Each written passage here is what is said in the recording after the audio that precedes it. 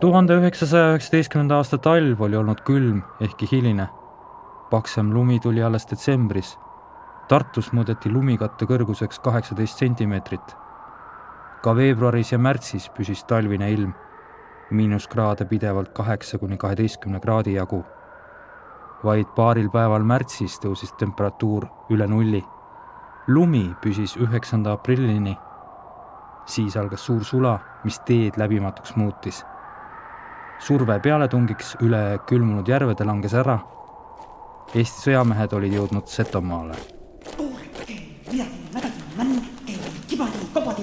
Nüüd tekkis küsimus, kuhu maani liikuda, kust maalt algab võõras maa. Sõdurid arvasid, et seisma jäädakse kusagil Irboska all ja sealt edasi algab Suur Venemaa. Eesti väejuhatus aga mõtles teisiti. Vene valgete toel loodeti luua võimalikult lai puhverala. Nõnda liikusid voorid aina edasi ja edasi.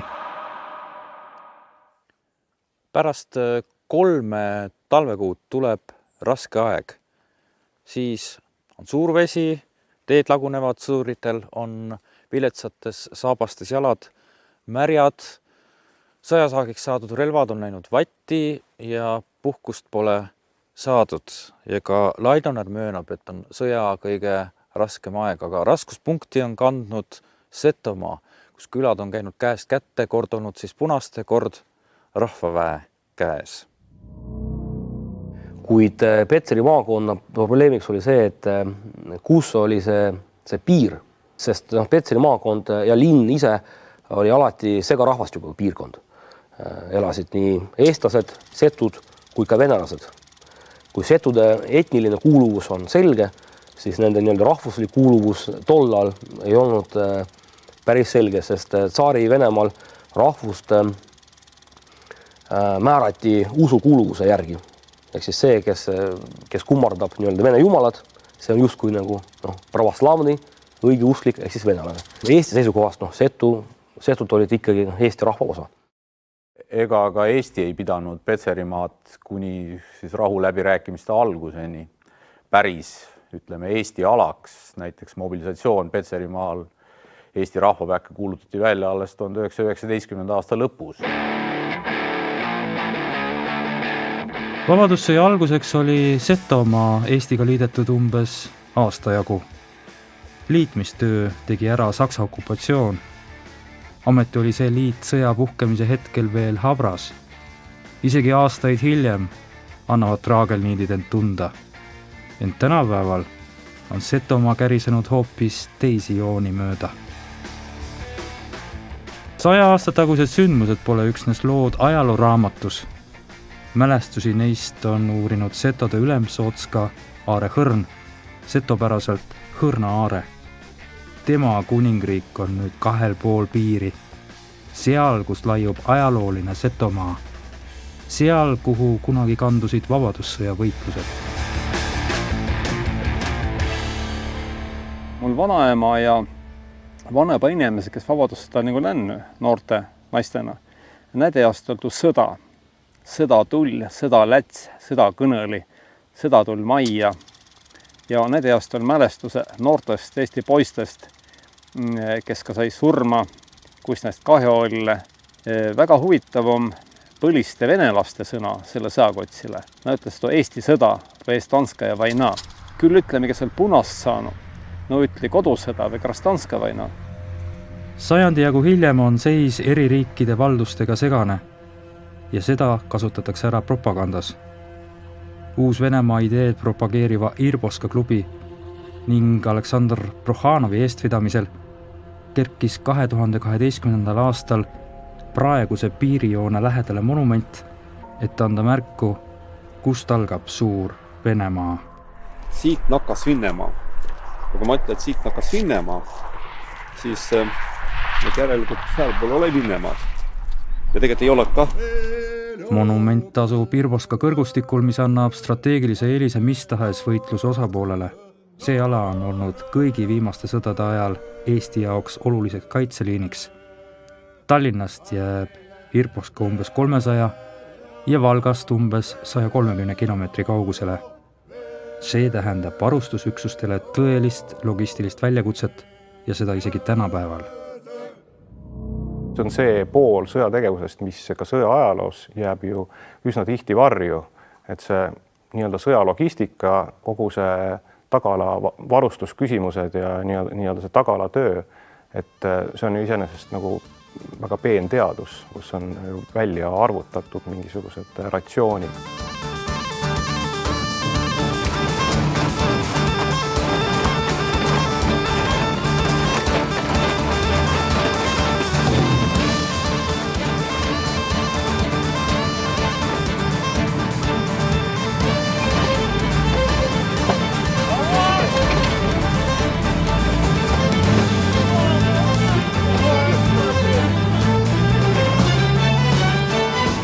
Rahuaja tingimustes me toetume siis Kaitseväe lähimale taristule.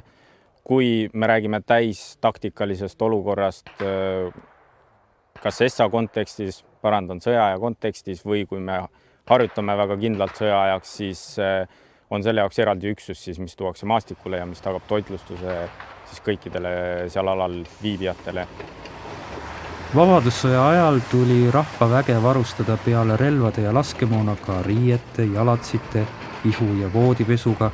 Veel tuli hoolitseda hobuste eest ning neid ka juurde leida. Kõhutäidet pidi jaguma nii meestele kui loomadele. Vajati ka sanitaar- ja veterinaarvarustust. Tööriistad pidid olema sapööridel ning vajalik varustus side- ja staabimeestel. Kindlustatud aladel pidi leidma elamispinna, õppeväljakud.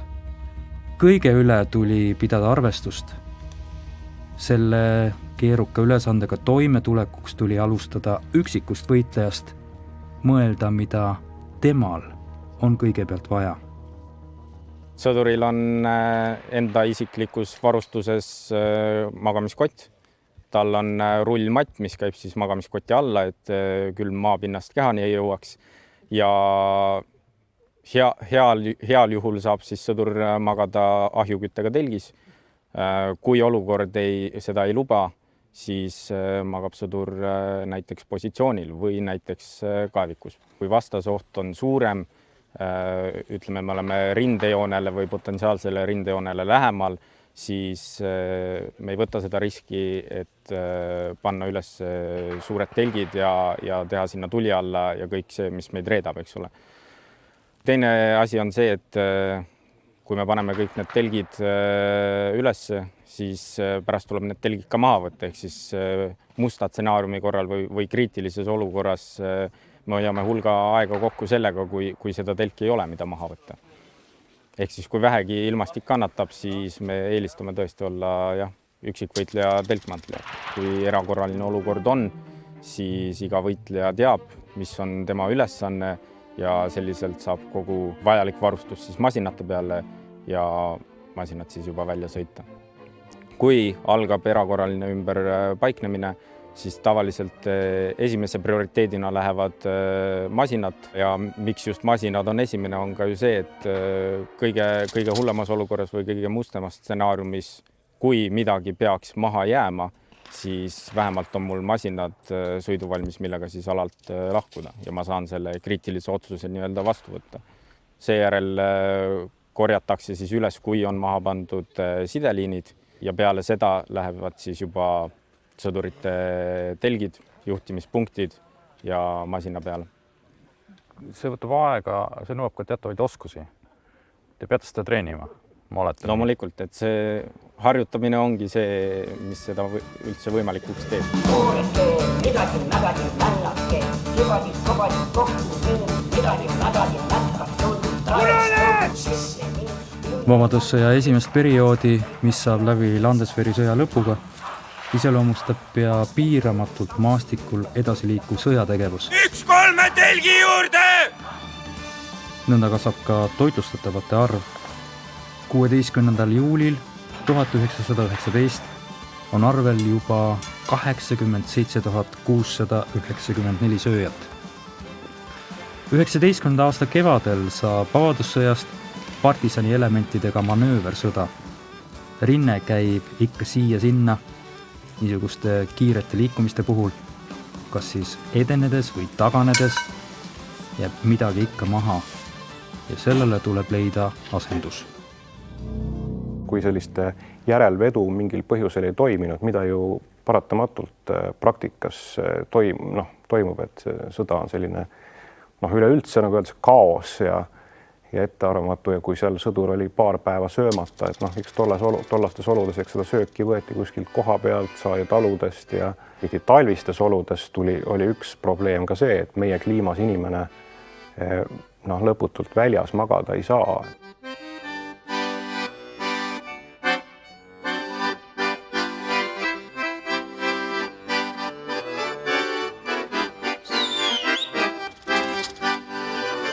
Vene poolele jäänud setodest ja nende traditsioonidest on saanud justkui mingi museaal, mille eest seisavad vaid üksikud aktivistid. Siin olid 1919. aasta kevadel elujõulised seto külad, mis sõjale ning ka rüüstamistele mitu korda ette jäid. Abi andmisest ükskõik kummale poolele keelduda ei saanud. Vastasel juhul oleks kaotanud elu. Saatelt pidi minema. Petserimaal oli ka nii, et eri kante põlisrahvaste meelsus oli erinev. Kohal nagu rauti, kohal tüülisi, rautiilasi, seal nad tükki olema vereve.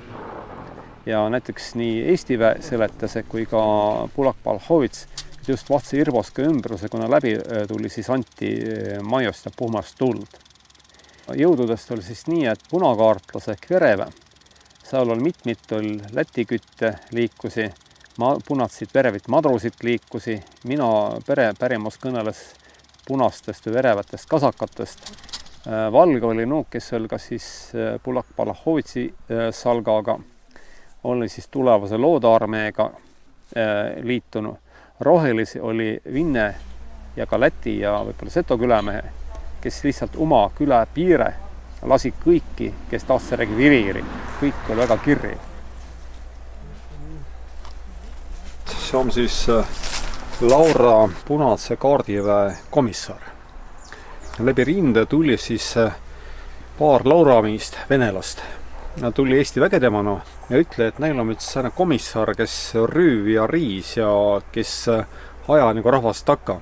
Ja tulge, võtke tuu komissar ära. Ja sinna läbi lätsiki Laurale välja, siin kohalikule Lauramäe näütsi tuu maja kätte, karati sisse ja tuu komissar toodi nagu ütte. Ja mis tast edasi sai, sellest kirotata. Aga ma arvan, et see on see sama. Härrased, kas te saate kiiremini liikuda?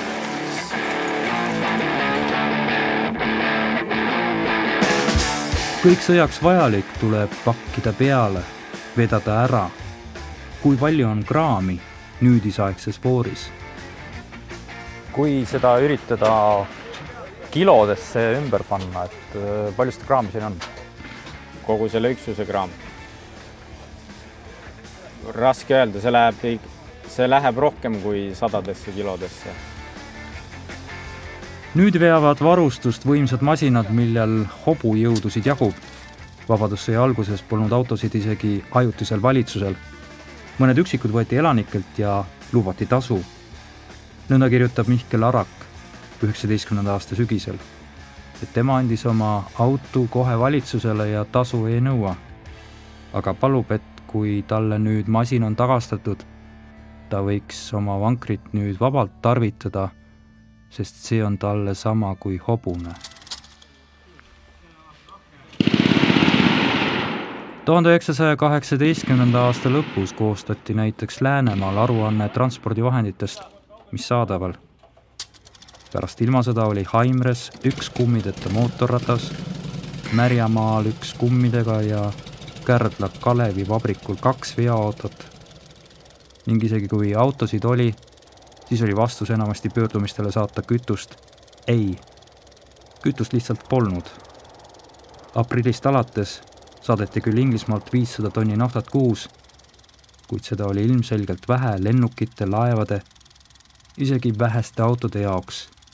Nii jäidki põhijõuks ikka hobused ja inimjalad.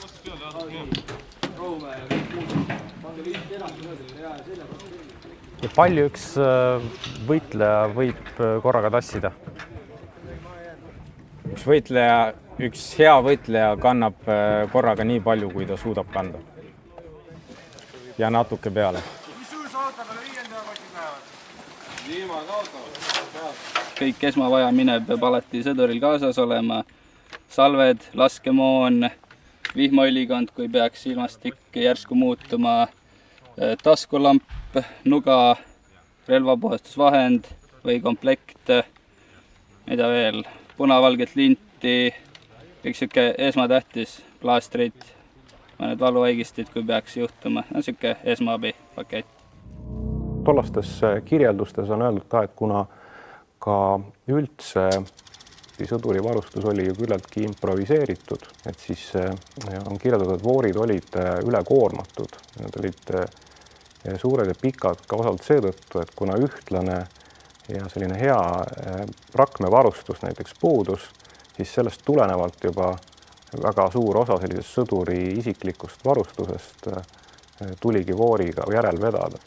Räägitakse ka küüdimeestest, kohalikul elanikkonnal lasus kohustus tagada sellist sõjaväevedusid. Tollastes oludes väga populaarne kohustus ei saanud olla, ega selles mõttes ka valikut ju ei olnud, et kui sinu ukse taga seisid püssiga mehed, siis ju ei olnud valikut. Aprilli alguses oli rahvaväel küüdimehi vaja eeskätt edasiliikumiseks lõunarindel. Tähtis oli vallutada olulised teederistid. Kuid kui rinne hiljem tagasi liikus, karistasid enamlased küüdis käinud mehi ja naisi. Mitmel korral oli karistuseks mahalaskmine.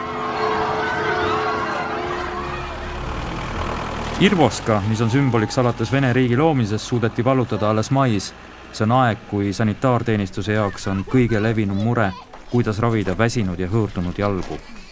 Irvoskani ja seuda innegu 24. hummogu Võromaa, mis loosimis Julius Kendra, et sõitsi soomusautega siia sisse.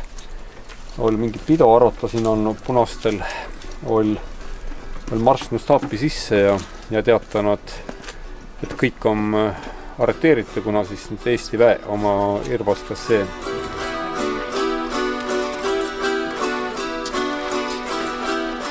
Siit ütlen kuskil 5 kilomeetrit lõppes see kõrgustiku vöönd ära ja nakkas ranniku madalik, et kes on kõrgustikul, tuu näge kontroll ala ja siia kõrgustikele ehitati üles siis Eesti suurtükkeväeselt see tule-ala, et raske kergepatarei katleti oma nagu sektoreid, katleti siis tõkkete ette ja siis rindei palotati siis novembri maha siis kuskil, ma võin tessidega ütleme, et paarkümmend või rohkemgi küla.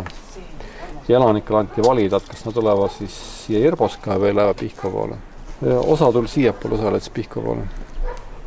Tolle just, et ei saasi vastane ehitada siis kindlustusi, et tal ei oleks kohki külmavarju ja et oleks siis liin oleks puhas ja no omal nagu arvati siin hinnom ja et kas teeta või mitte teeta ja siis ütle nii, et meil ei ole nii palju mehi, et hoita ja et kui me tahame mehi halastada, siis me peame minna küla iist ära palutama.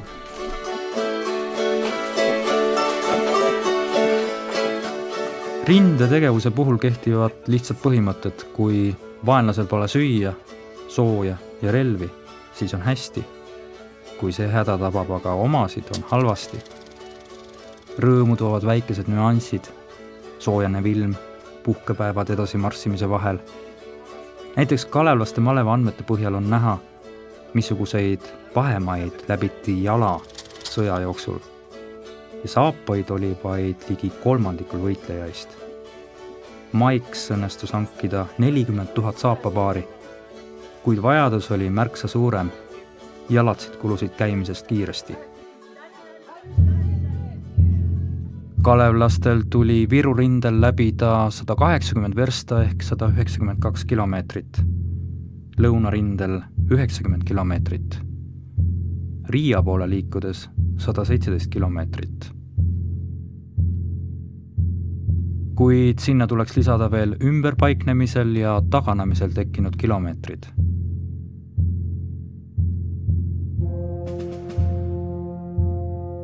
oluline abi on raudteest. Kalevlaste malev liigub raudteel sõja jooksul 1540 versta ehk 1642 kilomeetrit. Raudteel pääsevad edasi elavad ja koju langenud.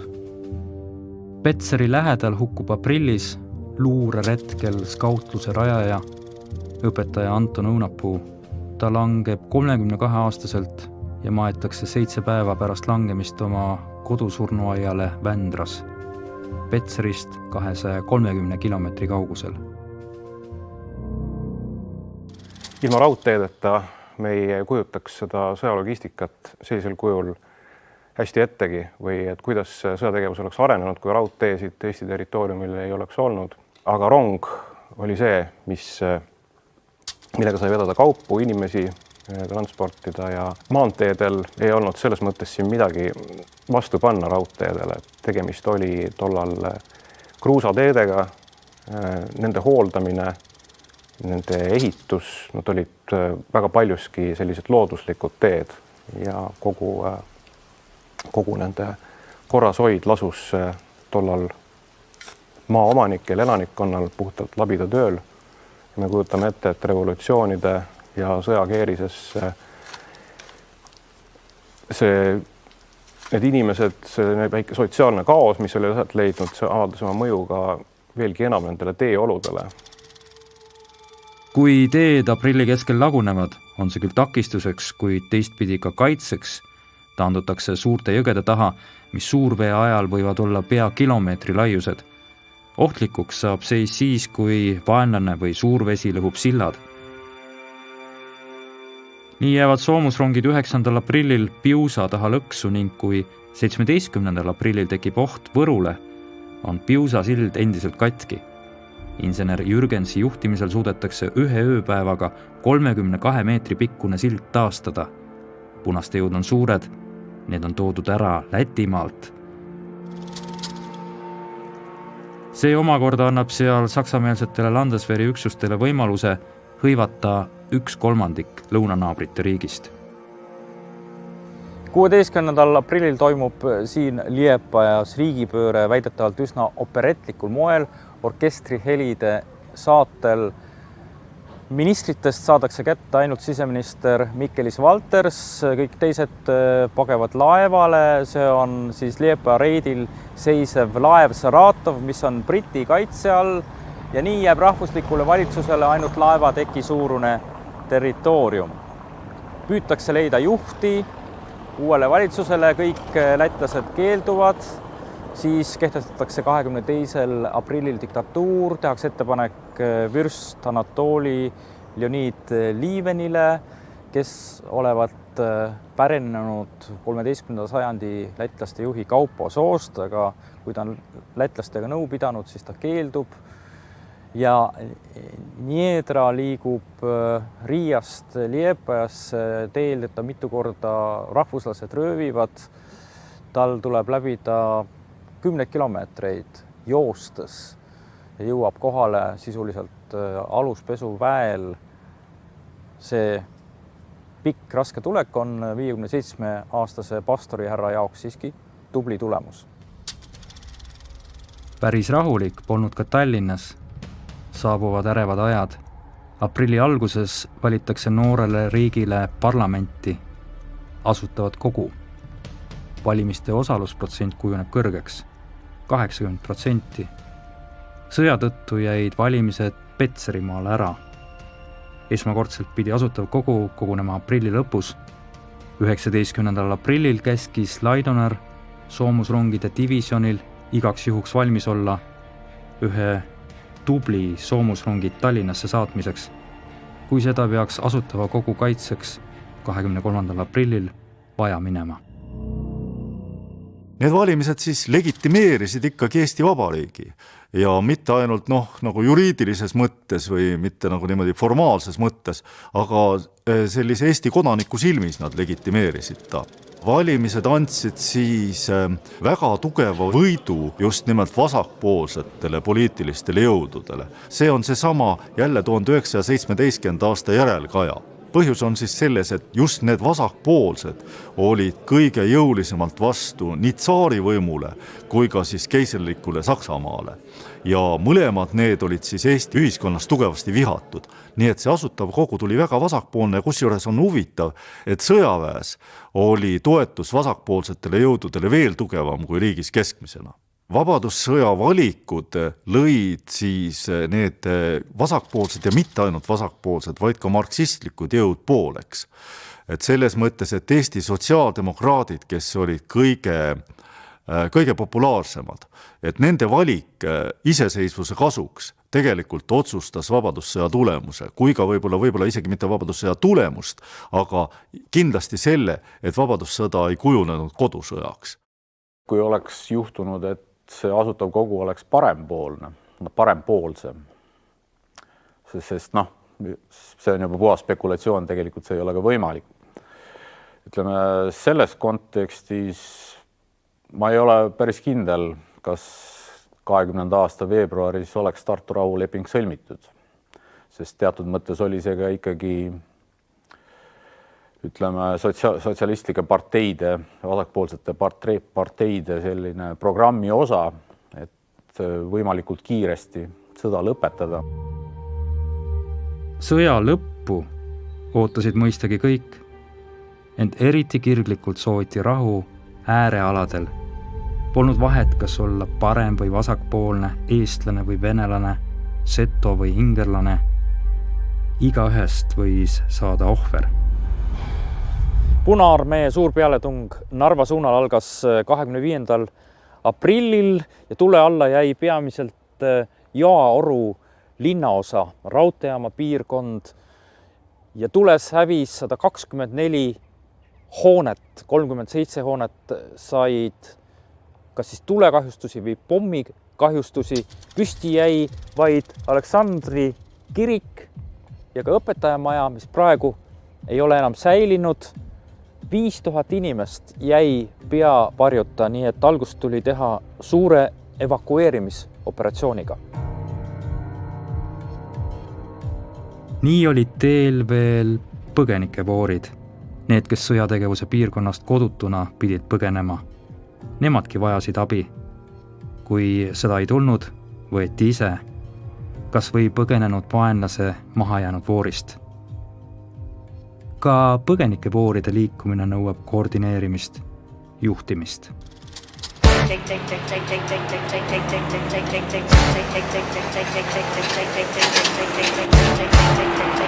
Kui see üksus nüüd liikuma saab, siis mis selle liikumise juures need põhimõtted on? Liigutakse vastavalt trillile. Nende jaoks on siis oluline, et nad ei liiguks puntras koos. Nad hoiaks teatuid kindlaid vahesid ja et need vahed ei kaoks siis ka kindlat sõidukiirust. Mis siis juhtub, kui näiteks üks masin sisse jääb kusagile? Kui olukord seda lubab, siis see masin aidatakse sealt välja. Et kehvem variant on siis, kui see tegevus on vastase põhjustatud.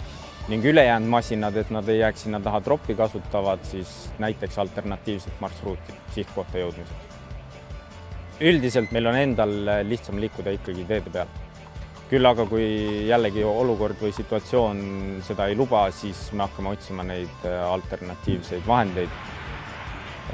Näiteks siis pinnas või kruuskattega teede näol.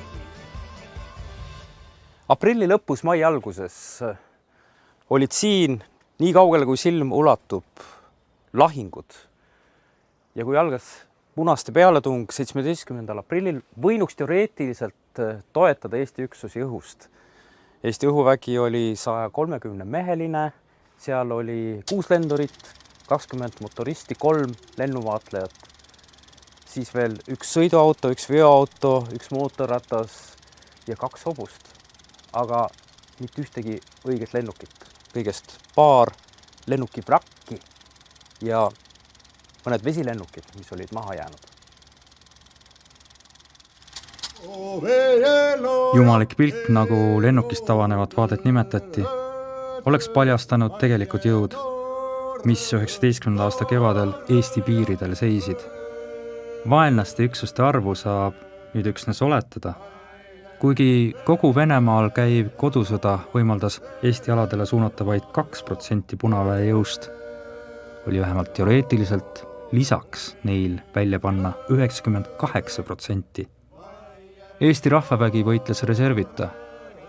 See asjaolu vaevas Laidoneri. Ta on kirjutanud: olin siis ööd läbi üleval ja mõtlesin, mis nüüd teha, sest reservisid ei olnud kusagilt võtta.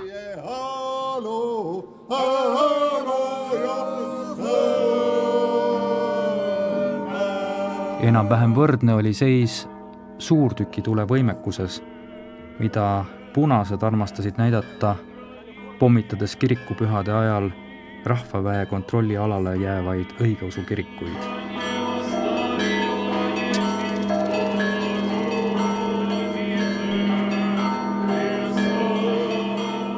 Petseri vabastatakse esmakordselt juba 4. veebruaril.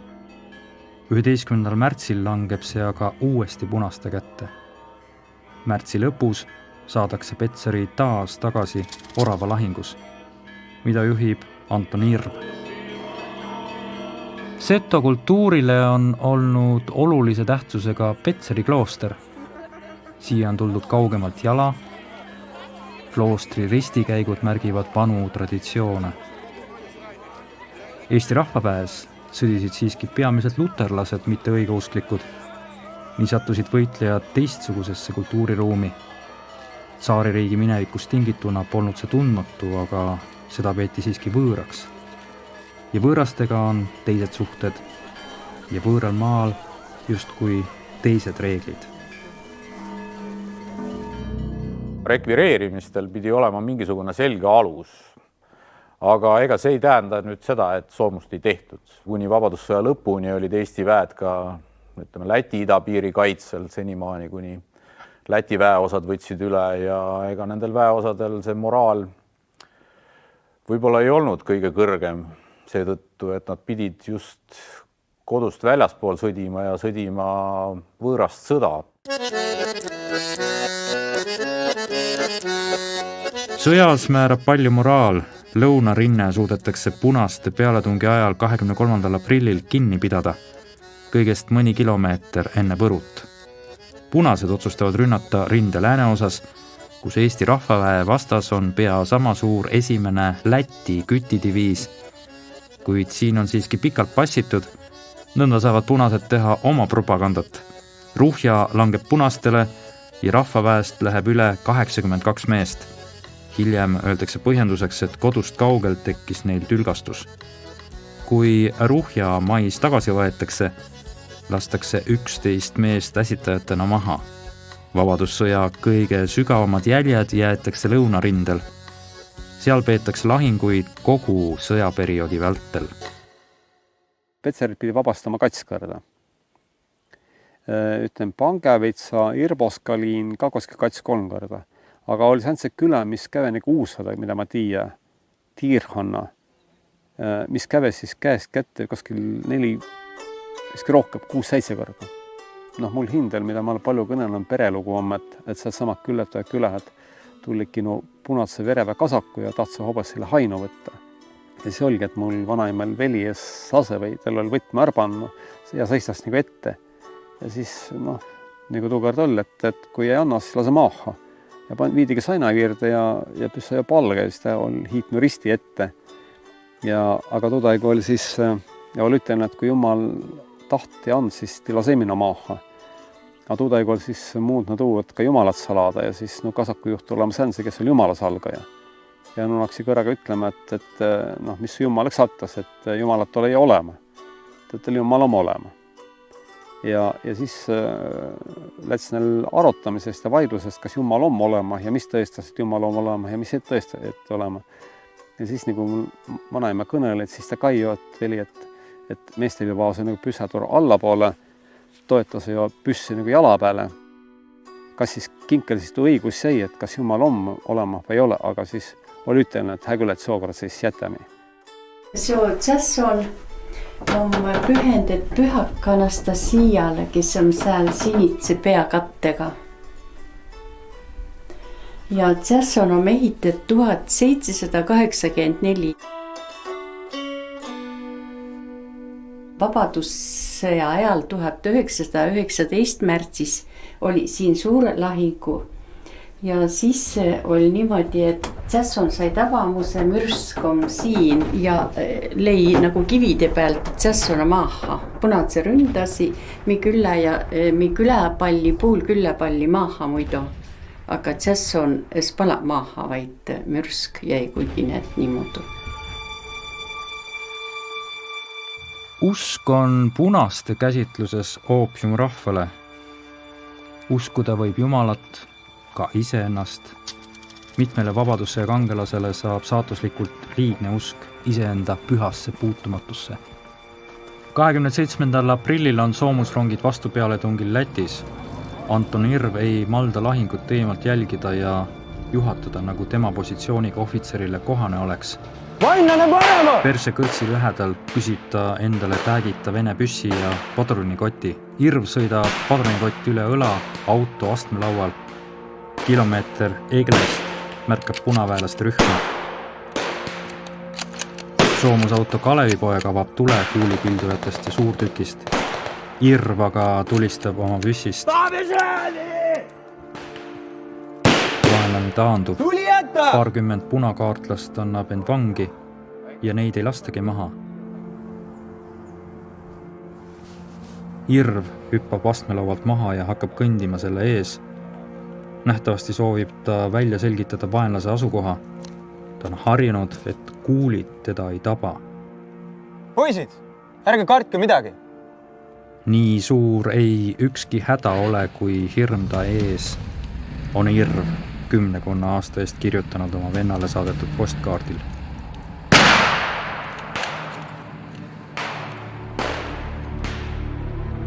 See on ta kreedo. 20 sammuga saab ta kuuli rindu.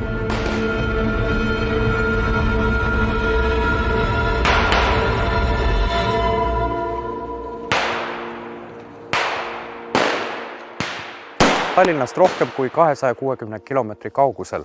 Ka siia jõudsid Eesti väed. Võime vaid ette kujutada, mida tähendas meestele, kes olid läbinud kilomeetreid jalgsi. See, kui nad pidid ühel hetkel siis kiiresti otsustama, kas minna võitlusse või siis taanduda. Siin langes 27. aprillil 1919 Anton Irv, kes oli kõige kõrgemal ametikohal vabadussõjas langenud väejuht.